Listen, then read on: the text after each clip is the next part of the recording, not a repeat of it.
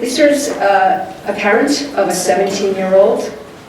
Met with she's actually going to speak for the family today, but I'll have to say that in meeting with she and Steve, it's very clear that this is a family that works very hard to support their son, very hard to make sure that his recovery is what he defines. You know, several times during the time when we were meeting, they talked about, well, Jay wants to do this, or our job is to really help Jay feel that his dreams and his hopes are really important.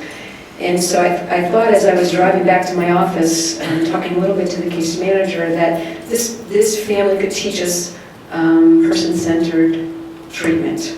They just have it going on so well. There are aunts and uncles, there's a sibling who supports Jay, and I didn't actually have the privilege of meeting Jay. Jay is off being a teenager today. He had some music class or something that he was doing in that, so he's not with us today. And I'm sorry I didn't meet him, because I think that he is really, he and his family represent the best of what families can do to support their children during some very, very difficult times, which Lisa will talk a little bit about. But I feel quite privileged to have met both of you and feel that your story is very strong.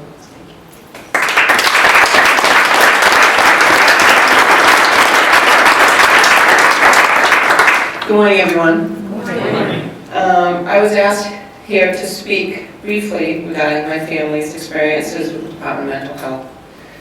I would like to start by introducing myself. My name is Lisa Cecelya. This is my husband, Steve, who's a great support for me. I'm a mother of two wonderful children. My oldest child is Jay, and is a 17-year-old transgender youth, female to male. He is also currently dealing with the challenges of mental illness.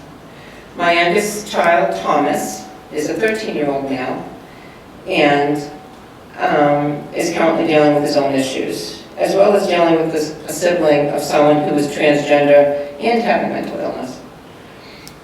In the beginning of our journey to help Jay, my husband and I felt lost and alone trying to navigate the mental health services for Jay. We were frustrated and scared for his safety. I even resigned from my job as an elder companion so I could devote full time to finding services and providers, because there were no services close to where we live. In addition, whenever we went to go visit Jay in placements or to attend family meetings, the travel time was sometimes over an hour and a half. That's just one way. Bless you. Thank you. After multiple hospitalizations and extended emergency room stays and various therapeutic programs, we struggled to get people to understand what Jay is going through. It was even more challenging to find a bed for Jay because of, one, his frequency of admissions, two, his mental health issues, and three, because he needed a single bed room because of his transgender identity. One program placement had actually hindered what little progress he did make. Once we were introduced to the possibilities of services through DMH's Central Mass area, I felt that there was a light at the end of a very long tunnel. Our first contact with DMH was with Patricia Surratt, who was wonderful, who is now the Director of Program Management. She was very helpful in advocating program placement and obtaining flexible support services, such as our first in-home therapy program through Wayside Youth and Family Support Network, and also helping us to get a YMCA membership, which helped Jay with his social and emotional issues. Our current caseworker, Christine Anderson, also another wonderful person that we have on our team, is helping us, had helped us find a placement right here at Worcester Recovery Center in hospital. It was determined that an intensive therapeutic community-based facility could better address all of Jay's psychiatric issues that led up to his self-harm and suicide ideation tendencies. The Worcester Recovery team was great in helping Jay by providing a safe, structured environment to help him address his transgender issues, better handle his triggers, learn to advocate for himself, and offer opportunities to go out into the community and interact socially. The team at Worcester Recovery was able to give Jay the tools to use to manage his issues and to keep himself safe. As a result of their efforts and Jay's hard work, this allowed him to be discharged home after only 4 months. With Jay coming home from a structured therapeutic environment, we needed to have some support getting Jay integrated back into a home environment. Christine Anderson was instrumental in setting up in-home therapy services with the new continuum program for Jay and the family through Luck Inc. We are very fortunate to have a great support team that includes Quinn Rollo, Program Director, Rebecca Maloney, who's Jay's in-home clinician, Kelly Fitzgerald, who's our outreach worker, and our newest team member, Paul Murphy, who's our peer mentor. They've been able to provide in-home services that are more accessible to us as a family. The support team comes out to our home to meet with Jay and the family. They even pick him up from school and take him out into the community, which coincides with his treatment plan. It is so helpful to have a service that works for you and your schedule. If I can't find a service that is user-friendly, then they are not useful and helpful to us. It is pleasant to have the continuity of having the same support team that knows all the details of past treatments, incidents, and issues.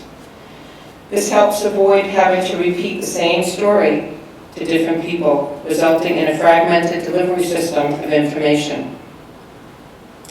Even though Jay has had an additional hospitalization since being home, the stay time was only for a week. We continue to grow with the continuum, as it is a new program, and work with them to find the best course of action to help Jay achieve his treatment goals. As we look forward to the future, we are trying to help Jay with transitioning from adolescent to adult. We are concerned with the realization that he is nearing the end of his eligibility for DMH child and adolescent services. As I stated earlier, he is a 17-year-old with serious mental illness issues. However, to be proactive, we have started the process of applying for a 688 referral and paperwork for eligibility for adult DMH services. However, there is a very scary gray area between the ages of 18 and 22. Jay is a very intelligent teenager, but still has the insecurities and issues of his mental illness that make transitioning into adulthood a concern. I am trying to get Jay into a transitional age support group in Worcester to help him learn life skills, manage his medication, and support services. As a proactive parent trying to get youth mental health services out in the Bellingham area, I am currently working with the Parent Professional Advocacy League, PAL, who's also in the back, I guess, to start a parent support group in May.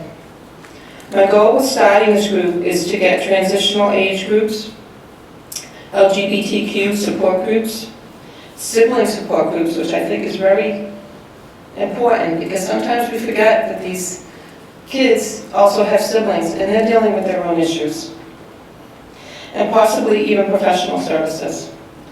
My wish is to help other families avoid all the frustration and anguish that my family went through in the beginning when we were trying to search for services for Jay.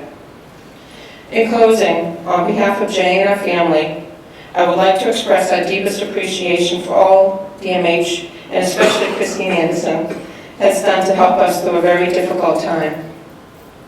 They are a valued member of Jay's sport team, and I only mention a few of the awesome programs and services that are available, but they have helped us in other ways and continue to work with us to benefit our family. Thank you so much for our time and for letting me get up here and speak to you.